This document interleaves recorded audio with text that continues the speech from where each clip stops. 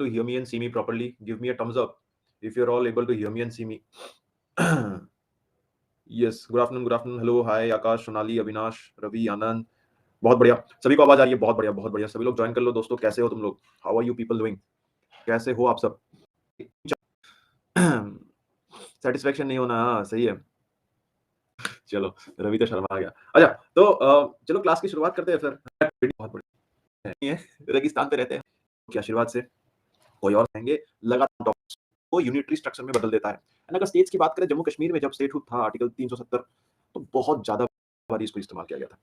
ठीक है, ठाकुर पूछ रहे कहां पर होगी? यूट्यूब बायजूस सीडीएस करके चैनल है, मेरे टेलीग्राम 4 बजे लाइव बहुत रोक लिया। ठीक है, Sonali is asking sir which of the देखो क्या sir commercial banks and types of money important है क्या? यस, जरूर। ठीक है गाइस, बैंक इतना मैं आज आपको पढ़ाने जा रहा हूँ इंपॉर्टेंट नहीं है। ठीक है, जो सबसे इंपॉर्टेंट बैंक्स है एंड जिनमें से आपको सबसे ज्यादा प्रश्न आने की आशंका है, उन सारे बैंक्स को मैं आज आपको पढ़ाने जा रहा हूँ, उन सारी चीजों को बताने जा रहा हूँ जो आपके एग्जाम के लिए इंपॉर्टेंट है, सीडीएस में पूछे जाने की जो सबसे ज्यादा संभावना है। क्योंकि सब चीज तो पढ़ के आप छोड़ नहीं सकते। हालांकि अगर आपको सब चीज पढ़ना है, सर नहीं हम ठान के बैठे कि सब पढ़ के जाएंगे, तो आप कृपया करके क्लास के बाद पीडीएफ जो हमारी ऐप में मिलती है वो एक्सेस कर लो, उसमें सब चीज मिल जाएगी आपको। लेकिन अगर आप थोड़ा स्मार्ट स्टडी करना चाहते हो, क्योंकि एग्जाम भी मतलब बहुत पास आती जा रही है, तो मैं सारी इंपॉर्टेंट चीजें आपको आज पढ़ा, तो इस क्लास को एंड तक जरूर अटेंड करिएगा, बहुत इंपॉर्टेंट क्लास होने वाली है। ठीक है, ठीक है कृपाल, अगर आप रिकॉर्डिंग देख सकते हो उस क्लास की तो देख लेना, क्योंकि आज जो क्विज होने वाली है लाइव होने वाली है। आज मैराथन क्लास है, आज कोई मामूली क्विज नहीं है। यूट्यूब में 4 बजे मामूली क्विज नहीं है, आज मैराथन क्विज है। ठीक है, बहुत खतरनाक, लगातार 2 घंटा हम लोग पूरा एग्जाम आ जाना सभी लोग 4 बजे आज यूट्यूब पे। अगर लाइव क्लास है कोई और, तो आप रिकॉर्डिंग अगर देख सकते हो तो उसको रिकॉर्डिंग देख लेना। आज लाइव आ जाना सभी लोग। चलो, वर्ल्ड बैंक, ठीक है, सबसे पहला बैंक, ठीक है, सबसे पहला जो बैंक है वो है वर्ल्ड बैंक, हम लोग पढ़ाने जा रहे हैं। तो इसको एस्टैब्लिश करा गया था 1944, और ये 1944 का साल थोड़ा खास है दोस्तों। क्यों, क्या आपको पता है ये 1944 में क्या हुआ था, या फिर ब्रेटन वुड्स कॉन्फ्रेंस के बारे में किसी को भी आइडिया है थोड़ा? एनी आइडियाज अबाउट 1944 1945 में क्या हो रहा था दुनिया में, देश दुनिया में, कि इस बैंक को एस्टैब्लिश करना पड़ा? क्या हो रहा था ऐसा? क्या आप लोगों ने लीग ऑफ नेशंस का नाम सुना है? Have you all heard of league of Nations? क्या था लीग ऑफ नेशंस, कब एस्टैब्लिश हुई थी, एंड क्या लक्ष्य था लीग ऑफ नेशंस का? बहुत बढ़िया, बहुत बढ़िया, बहुत बढ़िया, बहुत लोगों ने सही गेस कर लिया। देखो, लीग ऑफ नेशंस जो है एक तरीके से फॉर्म किया गया था वर्ल्ड वॉर 1 के बाद, कि आपको, देश को, दुनिया को हम लोग एक और वर्ल्ड वॉर होने से रोक पाए, उस मतलब लक्ष्य से हमने इसको एस्टैब्लिश करी थी। सही बात है, बट हमने क्या देखा 1939 में एक और जंग छिड़ गया। सारे पृथ्वी में, सारे दुनिया में, सारे देशों में एक और जंग छिड़ गई, दैट इज इन 1939 टू 1945। ठीक है, जो आपका है वर्ल्ड वॉर 2। एंड उसी के आउटब्रेक में, क्योंकि लीग ऑफ नेशंस फेल हो जाती है, एक और हम लोग इंटरनेशनल ऑर्गेनाइजेशन बनाते हैं जिसको कहते हैं हम United Nations Organisation, by the Woodrow Wilson. ठीक है, 14 पॉइंट्स। एंड बाद में एक और कॉन्फ्रेंस होता है ब्रेटन वुड्स, जिसके माध्यम से 44 में हम लोग वर्ल्ड बैंक ग्रुप को वाशिंगटन में हेडक्वार्टर करके स्थापित करते हैं। इसका क्या काम था कि जितना भी, अब जैसे कि वर्ल्ड वॉर हुआ था तो बहुत सारी चीजें डिस्ट्रक्ट हुई कि नहीं, प्रॉपर्टीज डिस्ट्रक्शन हुई है, बहुत सारी आपकी ऑफिसेज डिस्ट्रक्शन हुई है, लोगों को बेघर कर दिया गया है, कंट्रीज के पास पैसा नहीं था, तो वो जो इंफ्रास्ट्रक्चरल मेकओवर करने के लिए जो पैसा चाहिए वो प्रदान करने के लिए एक बैंक बनाई गई, उसका नाम था वर्ल्ड बैंक ऑफ इंडिया। ठीक है, वर्ल्ड बैंक।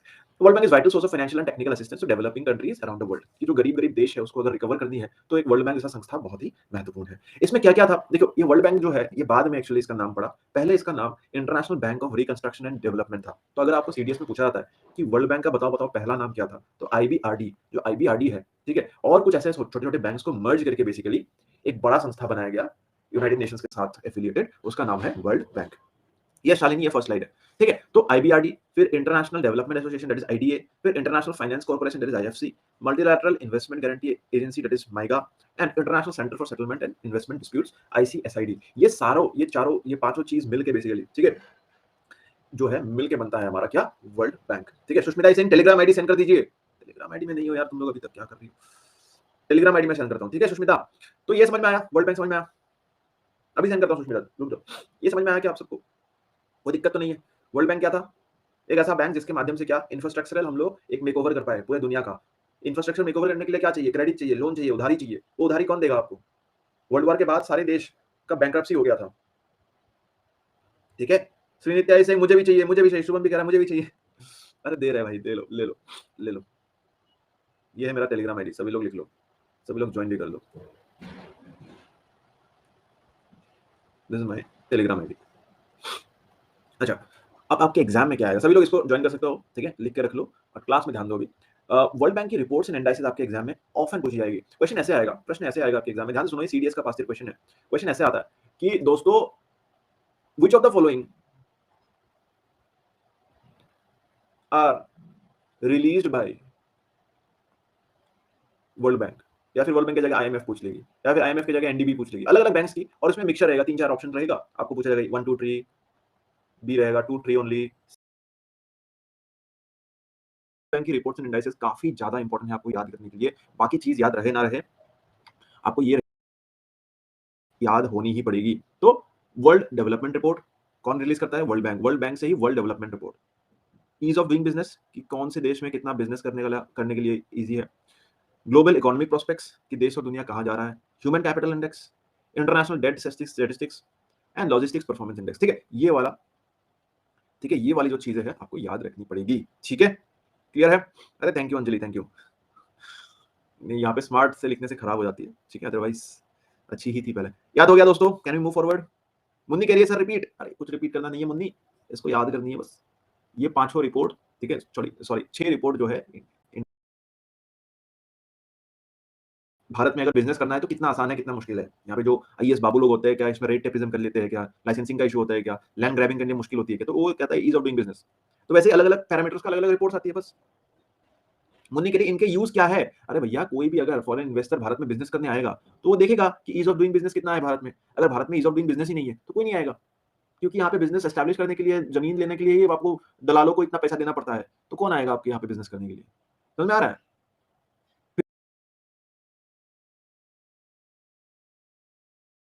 मतलब एक रोल है कि कौन से देश में क्या चल रहा है, एंड उस हिसाब से वर्ल्ड बैंक उसको लोन देगी। अगर इंडिया में बिजनेस करना मुश्किल है तो वर्ल्ड बैंक इसको लोन नहीं देना चाहेगी, और अगर लोन देगी भी तो महंगा लोन देगी, मतलब आपका ब्याज जो होगा वो ज्यादा लेगी वो। ठीक है देवेंद्र, मैं ये कह रहा हूँ इन रिपोर्ट्स को ध्यान में रख लो, ये वर्ल्ड बैंक द्वारा रिलीज हुई रिपोर्ट्स है, इंडाइसेस है। आपसे पूछी जाती है which of the following are release by world bank. ठीक है, रैंकिंग याद करनी नहीं है आपको, ठीक है, बहुत मुश्किल हो जाएगी, काफी सारे रिपोर्ट्स आने वाले हैं। Okay, next is the IMF.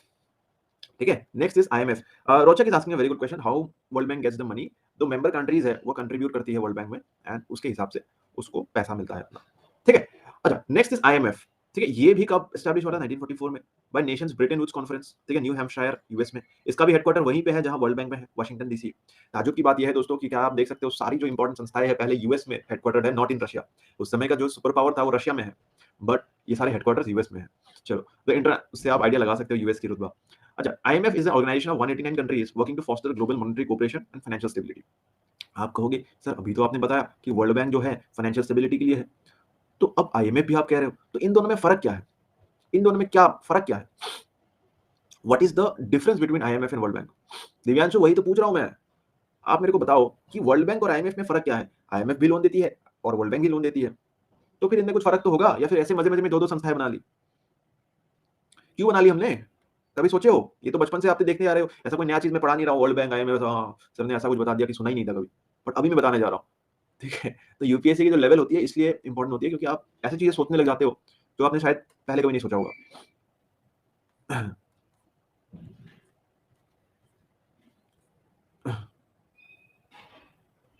ठीक है, मेरे को ये बताओ,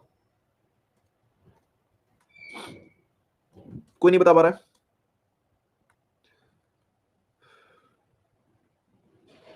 यस, इसको 190 कर लो अभी, करेक्ट। वर्ल्ड बैंक डेवलपमेंट के लिए reduce poverty, member of IMF. अरे यार देखो, बड़ा ही आसान सब डिफरेंस है, ध्यान से सुनना, एक बार पढ़ाऊंगा जिंदगी भर याद रहेगा।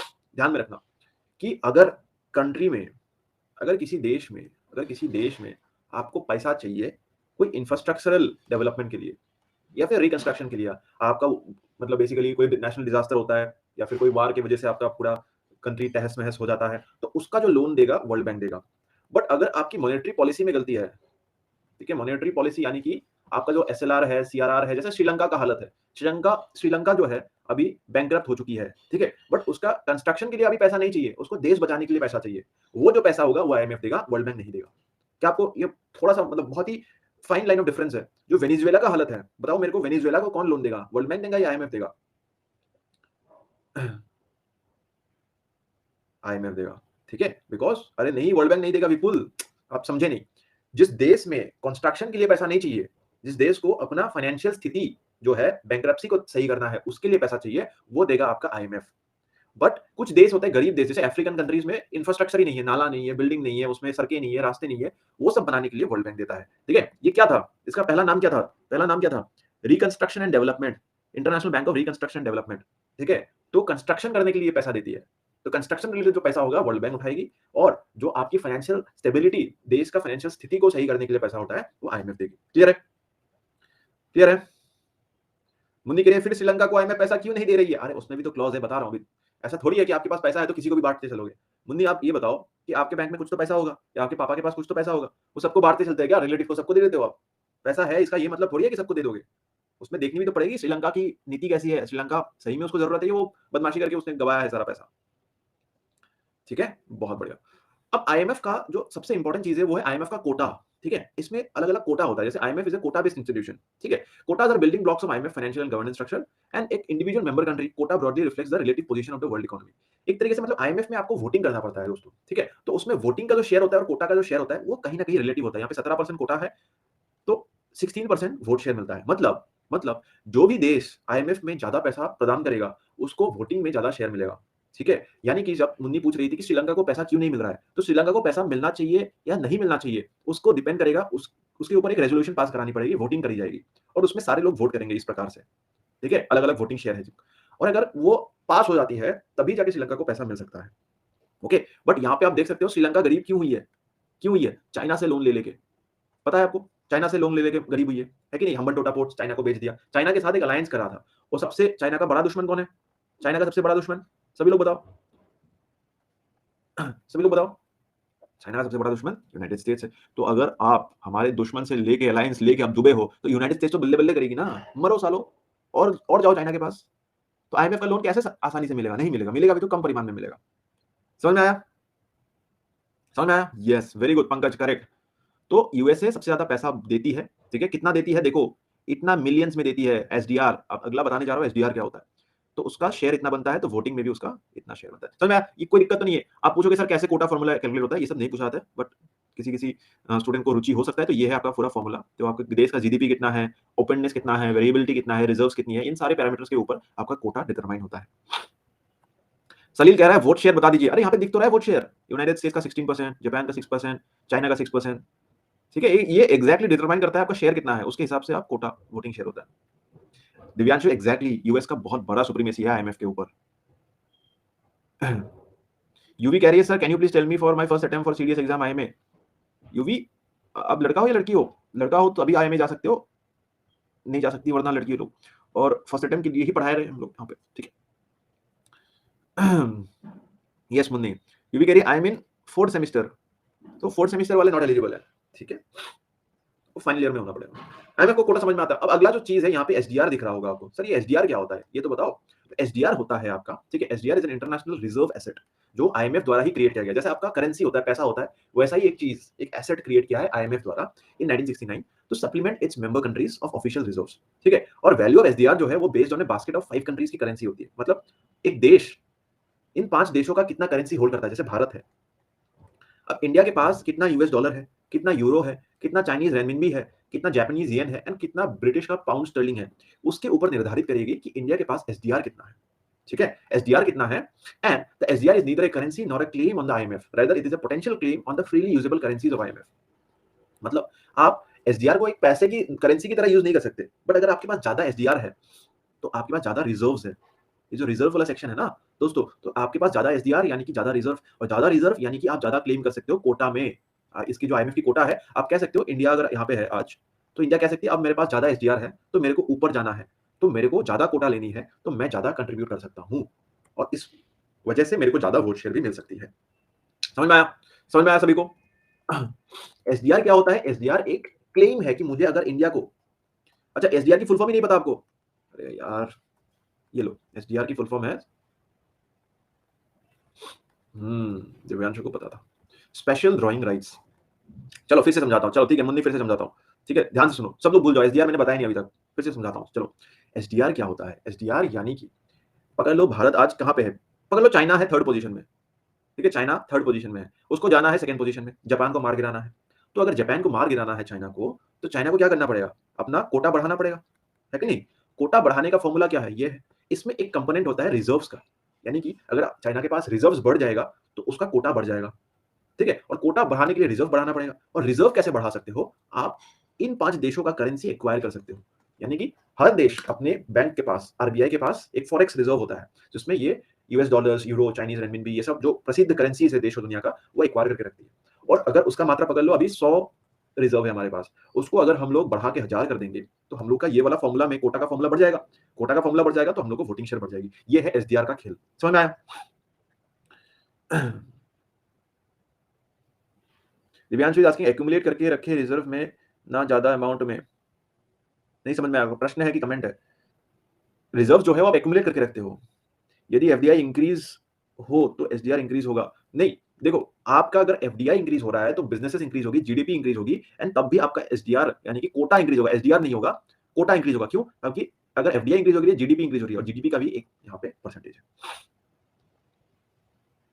मुन्नी कह रही एसडीआर में कौन से देश की करेंसी बढ़ानी पड़ेगी?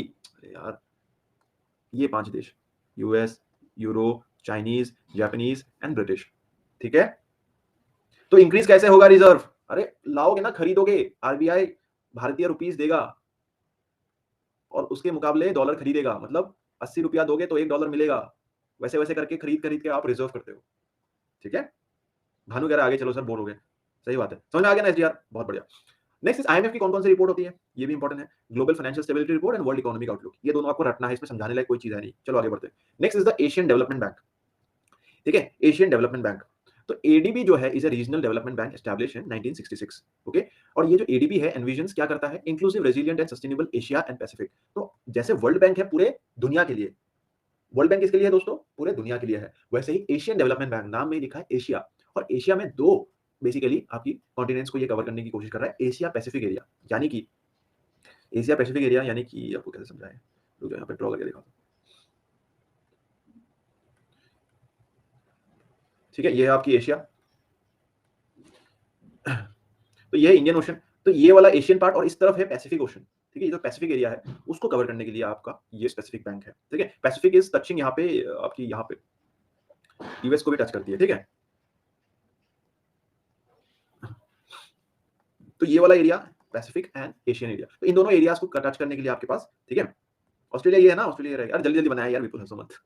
ठीक है? अच्छा, हेडक्वार्टर्स, ठीक है? हेडक्वार्टर्स कहाँ पे है? मनीला, फिलीपींस में है। एडीबी का रिपोर्ट क्या है? Asian development outlook. ठीक है? नाम में याद आ गया। ठीक है? कोई दिक्कत तो नहीं है। एशियन रिपोर्ट, एशियन डेव ये रिपोर्ट जो है दोस्तों प्लीज़ याद करना, आईएमएफ का रिपोर्ट, पहले वर्ल्ड बैंक का रिपोर्ट दिखाया था मैंने, ये सारे रिपोर्ट्स एंड देन अभी एडीबी का रिपोर्ट। आपसे पूछा जाएगा ये कौन रिलीज़ करता है? क्या काम है? इसको प्रॉस्पेरिटी बढ़ानी है, वही सारे काम, बड़े-बड़े शब्द, पॉवर्टी कम करना है, ठीक है? लोगों को रोज़गार देना है, ये सारे काम करती है। अब इंडिया का क्या रोल है? India was a founding member, क्योंकि हम इस एरिया से बिलॉन्ग करते हैं, तो इंडिया फाउंडिंग मेंबर था and is now banks 4th largest share holder. इस बैंक का हम लोग मतलब चौथा पोजीशन होल्ड करते हैं शेयर होल्डिंग में, टॉप बोरोवर, हम पैसा लेते भी है, देते भी है, चौथी मतलब 4th लार्जेस्ट देते हैं और सबसे ज़्यादा लेते हैं, तो बढ़िया है, हिंदुस्तानी लोग बढ़िया है, लेने में बढ़िया है हम लोग। ठीक है? ADB commenced operations in India in 1986 and has since committed 229 sovereign loans totalling इतना बिलियन। ये जो फैक्ट है आपको याद नहीं रखना है। ठीक है? मुन्नी कह रही है रिपोर्ट में क्या शो होता है? रिपोर्ट में ये शो होता है कि किस देश में क्या पॉवर्टी का सिचुएशन है, किस देश में कितना आपको क्या चीज़ करनी है, क्या कितना उसका एसेट एलोकेशन है, उसको कैसे बेहतर बनाया जा सकता है, आने वाले सालों में उसको बढ़ाया जाएगा, घटाया जाएगा। ये सारी चीज़ें आप लोग इस रिपोर्ट में देख सकते हो। क्लियर है? चलो, बहुत बढ़िया। Next is the NDB. ये वाला चीज़ पढ़ो तो मैं कुछ डाउट्स ले लेता हूँ उससे पहले। ये वाला पढ़ो। एक बार स्क्रीन को पढ़ो, बहुत लोग कुछ डाउट्स। अरे कमेंट सोनम, सोनाली, अरे हाउ आई है सर, यूएसए कर रहे हो भैया? नैंसी। तरीका सबसे आसान है। बता दिए, वो वाला चीज़ है रिजर्व्स। नहीं हुआ निशान, ध्यान से देखो। अब एनडीबी पढ़ते हैं। तो एनडीबी आप एक बैंक है जो ब्रिक्स नेशंस ने एस्टैब्लिश करा है। ब्रिक्स जानते हो ना आप लोग? व्हाट इज़ ब्रिक्स दोस्तों? ब्रिक्स होता है Brazil, Russia, India, China and S से क्या है बताओ? एस से क्या है बताओ? एस से स्विट्ज़रलैंड है ना, है ना? स्विट्ज़रलैंड है या सिंगापुर है बताओ? एस से स्विट्ज़रलैंड है या सिंगापुर है बताओ? सभी लोग बताओ। स्विट्ज़रलैंड है या सिंगापुर है? हाँ, फँस गई, फँस गई। दीक्षा ने बोला सिंगापुर, विपुल ने कहा स्विट्ज़रलैंड, हेमेंद्र कह रहा है सिंगापुर। देखो ये लोग फँस गए, मछली जाल में फँस गए। देखो तुम लोग से मैं ट्रिक क्वेश्चन पूछ रहा था, ना तो सिंगापुर है, ना स्विट्ज़रलैंड है, ठीक है? इसका एस का मीनिंग है साउथ अफ्रीका। ठीक अच्छा, शुभम ने बोला हाँ सर, पकड़ लिया आपको, सऊदी अरेबिया है एस से। अरे यार! तुम लोग मस्तीखोर इंसान, हम देखो सऊदी अरेबिया भी नहीं है, ब्रिक्स का फुल फॉर्म होता है साउथ अफ्रीका, ठीक है? चलो, अब India possessed the idea of setting up this bank in the fourth BRICS summit, ठीक है? 2012 सन में, एंड फोर्टलेजा डिक्लेरेशन के साथ ही इस BRICS signed up the agreement, ठीक है? एंड इसके द्वारा 2014 में ब्राजील में ये एस्टैब्लिश हो जाता है एनडीबी, ठीक है? New Development bank. इसका क्या काम है? आप बोलोगे सर इसका जो काम है वो एक डेवलपमेंटल बैंक है जो डेवलपिंग कंट्रीज को सहायता करेगा, जैसे कि ब्रिक्स नेशंस है, ठीक है? तो ये सारे डेवलपिंग कंट्रीज है, ब्राजील है, रशिया है, इंडिया है, चाइना है, ठीक है? हालांकि इस वाद विवाद में मैं नहीं पढ़ना चाहता हूँ कि चाइना डेवलपिंग है या डेवलप्ड है, ठीक है? बट ये एक तरीके से डेवलपिंग देशों के लिए बनाई गई है, ठीक है? The seven BRICS summit in 2015 held in Ufa Russia marked the entry, ठीक है, into the force of agreement on New Development Bank, and इसका जो हेडक्वार्टर है फिर से शंघाई चाइना में बनाया गया है। हालांकि इसका जो शुरुआती दौर पे डिक्लेरेशन या डिस्कशन था वो ब्राजील एंड दिल्ली में हुआ था, बट बाद में इसका हेडक्वार्टर जो है वो शंघाई यानी कि चाइना में बनाई गई है। और इस बैंक का खास बात यह है, जैसे आईएमएफ में आपने देखा था अलग अलग देशों का अलग अलग वोटिंग शेयर है, अलग अलग कोटा है, इसका जो कोटा का शेयर है काफी अलग है, ठीक है? इसका जो कोटा का शेयर है कुछ ऐसा है, Brazil, Russia, India, China and South Africa, इन सभी का जो कोटा है, कोटा का स्पेलिंग गलत हो गया,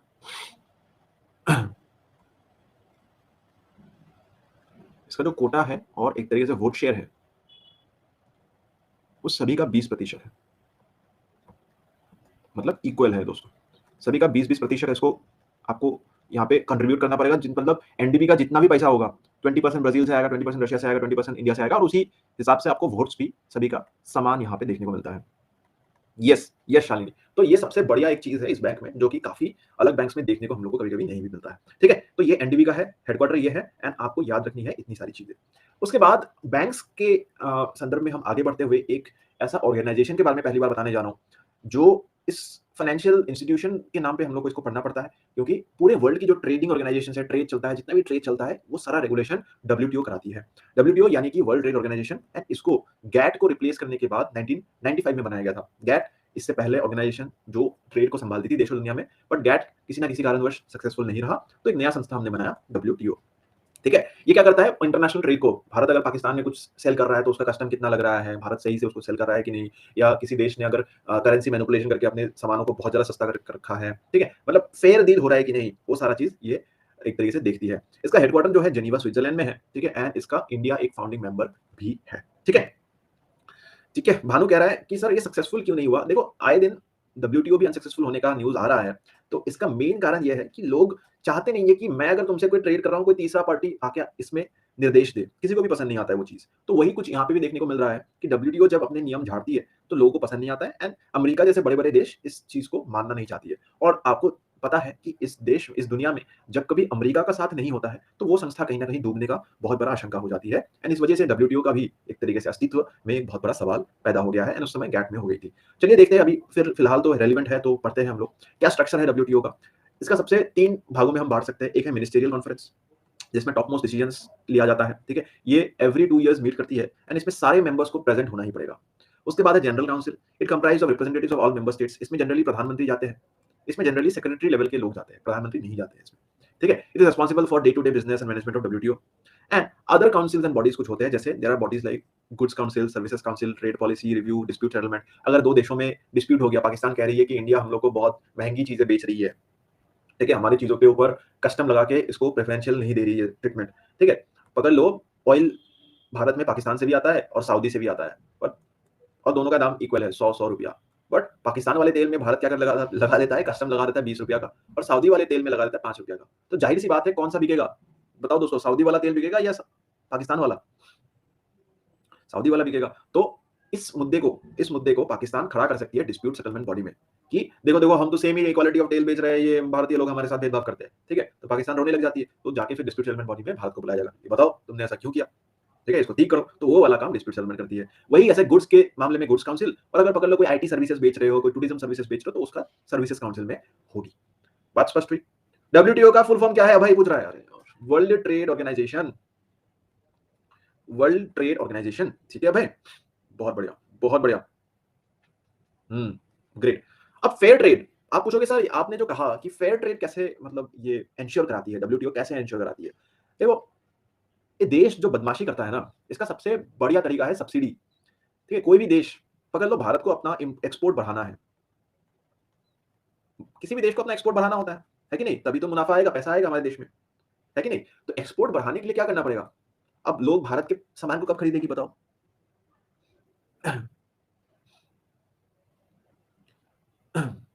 अंकित कह रहा है सर आप कभी गुस्सा नहीं होते हो क्या? क्यों गुस्सा करना चाहिए? अच्छा, हमें तो लगता था गुस्सा नहीं करना चाहिए बच्चों के ऊपर, बच्चे तंग खा जाते। अंकित को गुस्सा करने वाला टीचर चाहिए। अंकित को पकड़ के पेल देंगे ऐसे वाला टीचर चाहिए। बताओ, बताओ, इंडिया को अपना सामान ज़्यादा बेचना है बाहर, तो क्या करना पड़ेगा? प्राइसेज़ को लो करना पड़ेगा। बहुत बढ़िया। तो प्राइसेज़ को लो करने के लिए क्या करती है भारत सरकार? अब पकड़ लो आप हो व्यापारी, आप बना रहे हो, कोई भी चीज़ बना रहे हो, पकड़ लो आप घड़ी बनाते हो, वॉच वॉच मैन्युफैक्चरर हो आप। तो आप तो अपने दाम कम नहीं करोगे यार। आप दाम कम करोगे तो आपको तो मुनाफ़ा ही कम हो जाएगा। तो सरकार क्या कर देती है? सब्सिडी दे देती है कि आपको पकड़ लो ₹500 चाहिए एक घड़ी का। चलेगा ना? ₹500 की एक घड़ी बनाते हो आप। तो आप तो कम नहीं करने वाले। सरकार कहेगी कि आप इसकी एमआरपी जो है 400 कर दो एंड आपको ये जो बाकी का ₹100 है सरकार दे देगी। मतलब आप लोगों से ₹400 ही लो, बाकी ₹100 की गारंटी हम देते हैं।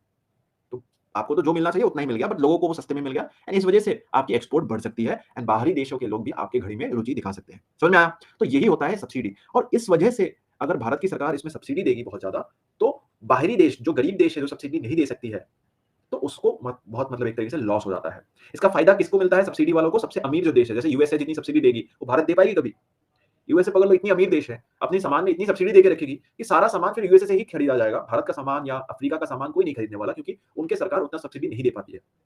समझ में आया बात? तो उस चीज़ को देखती है, डब्ल्यूटीओ देखती है कि कौन-सा देश अपने सामानों में कितना सब्सिडी दे रहा है।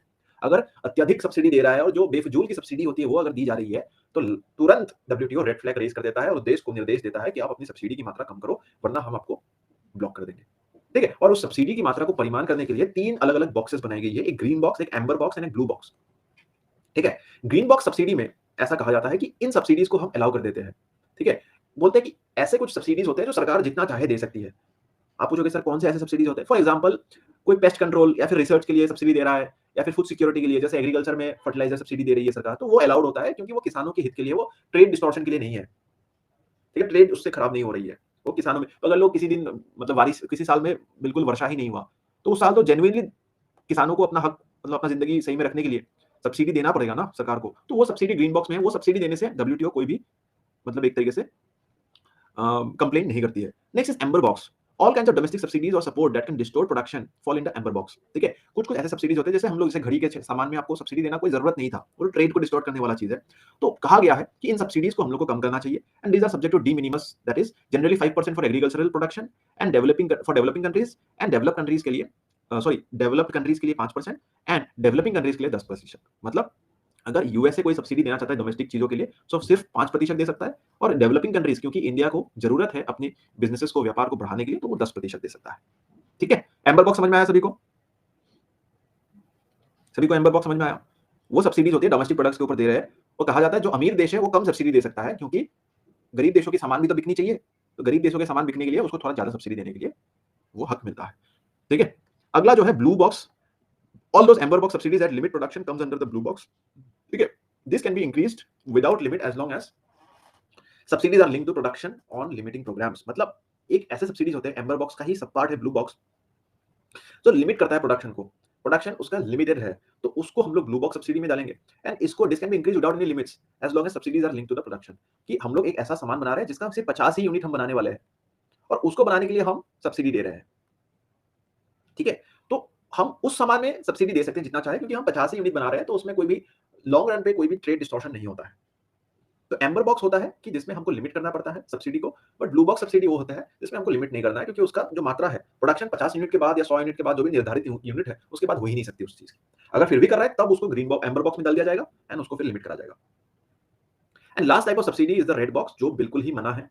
ठीक है? रेड बॉक्स सब्सिडीज को तुरंत ठीक है आपको बंद करना है। कलर से ही मालूम पड़ रहा है, ग्रीन बॉक्स मतलब कर सकते हो, रेड बॉक्स मतलब नहीं कर सकते। और एम्बर एंड ब्लू बॉक्स में लोगों को दिक्कत आती है, तो ये चीज़ मैंने आपको आसानी से समझा दी। चलो आगे बढ़ते हैं। नेक्स्ट ठीक है जो बैंक है, लास्ट बैंक आज का है Asian Infrastructure Investment Bank AIIB. Salil कह रहा है ब्लू बॉक्स एक बार बता दीजिए। देखो ब्लू बॉक्स जो है आपका वो सब्सिडी है जो एक सामान कोई पकड़ लो, कोई आविष्कार कर लिया आपने, अजीबो-गरीब आविष्कार कर लिया एंड उसका सिर्फ 50 ही यूनिट बनाना है हमको। कोई पकड़ लो कोई बीमारी है, ऐसा बीमारी है जो 50 लोगों को ही हुआ है ना, हमको रोकने के लिए ऐसा एक आविष्कार करना है, एक ऐसा वैक्सीन बनाना है जो सिर्फ 50 लोगों के लिए बनाई जाएगी। तो उसको हम एम्बर बॉक्स सब्सिडी में डाल के सरकार जितना चाहे उसमें सब्सिडी दे सकता है। ठीक है? शालिनी पूछ रही है रेड बॉक्स में क्या आता है? रेड बॉक्स में वो सारी सब्सिडीज़ आती है शालिनी, जिसके माध्यम से आप बिल्कुल ही बदमाशी कर रहे हो कि पकड़ लो पाकिस्तान एक प्रकार का तेल बनाता है और सेम प्रकार के तेल में आपने, ठीक है, 50% तक सब्सिडी देके रखा है। तो आप बदमाशी कर रहे हो, तो उसको रेड बॉक्स में डाला जाएगा। ये कौन-सा चीज़ रेड बॉक्स में आएगा, एम्बर बॉक्स में आएगा, इसका भी मतलब जो डिसीजन मेकर है वो मैं नहीं हूँ। आप समझ पा रहे हो? एग्ज़ाम्पल इसलिए मैं कम दे रहा हूँ क्योंकि उसका भी decision case to case depend करेगा, कंट्री टू कंट्री डिपेंड करेगा, उसका भी डिसीजन कौन लेगा? कौन लेगा उसका डिसीजन? डब्ल्यूटीओ लेगा, ठीक है? डब्ल्यूटीओ का जो ये वाला ministerial conference and general council लेगी, ठीक है? डिस्प्यूट सेटलमेंट बॉडी लेगी, ठीक है? बहुत बढ़िया। चलो एआई भी पढ़ लो यहाँ पे। It is the multilateral development bank with mission to improve social and economic outcomes in Asia, ठीक है? ये फिर से एशिया के लिए बनाई गई है एंड इसका भी हेडक्वार्टर बीजिंग में है। क्या आप देख सकते हो दोस्तों कि जितने भी बड़े-बड़े एशियन बैंक्स हैं, सभी का हेडक्वार्टर कहीं न कहीं चाइना में हो जाता है एंड जो भी वेस्टर्न वर्ल्ड के लेवल के बैंक्स हैं, उसका हेडक्वार्टर कहीं न कहीं यूएस में हो जाता है। इसी से दुनिया में आप पोलैरिटी देख सकते हो। कितना खराब लगता है कि हिंदुस्तानी होने के नाते कि इंडिया में ये सब के हेडक्वार्टर अगर किसी दिन होता, तो मज़ा आ जाता। फिर हम अपनी रुतबा मतलब में रहते, हम अपनी चौड़ में रहते कि हाँ, पैसा चाहिए, पहले पहले पहले जूता छाँटो हमारा, ठीक है? तभी देंगे हम पैसा, ठीक है? तो वैसी वाली चीज़ है एक तरीके से। तो इसका भी हेडक्वार्टर बीजिंग में है। इससे पहले एडीबी का देखा था हमने, ठीक है? उसका शंघाई में है, ठीक है? It began operations in January 2016 and now grown to 102 approved members, ठीक है?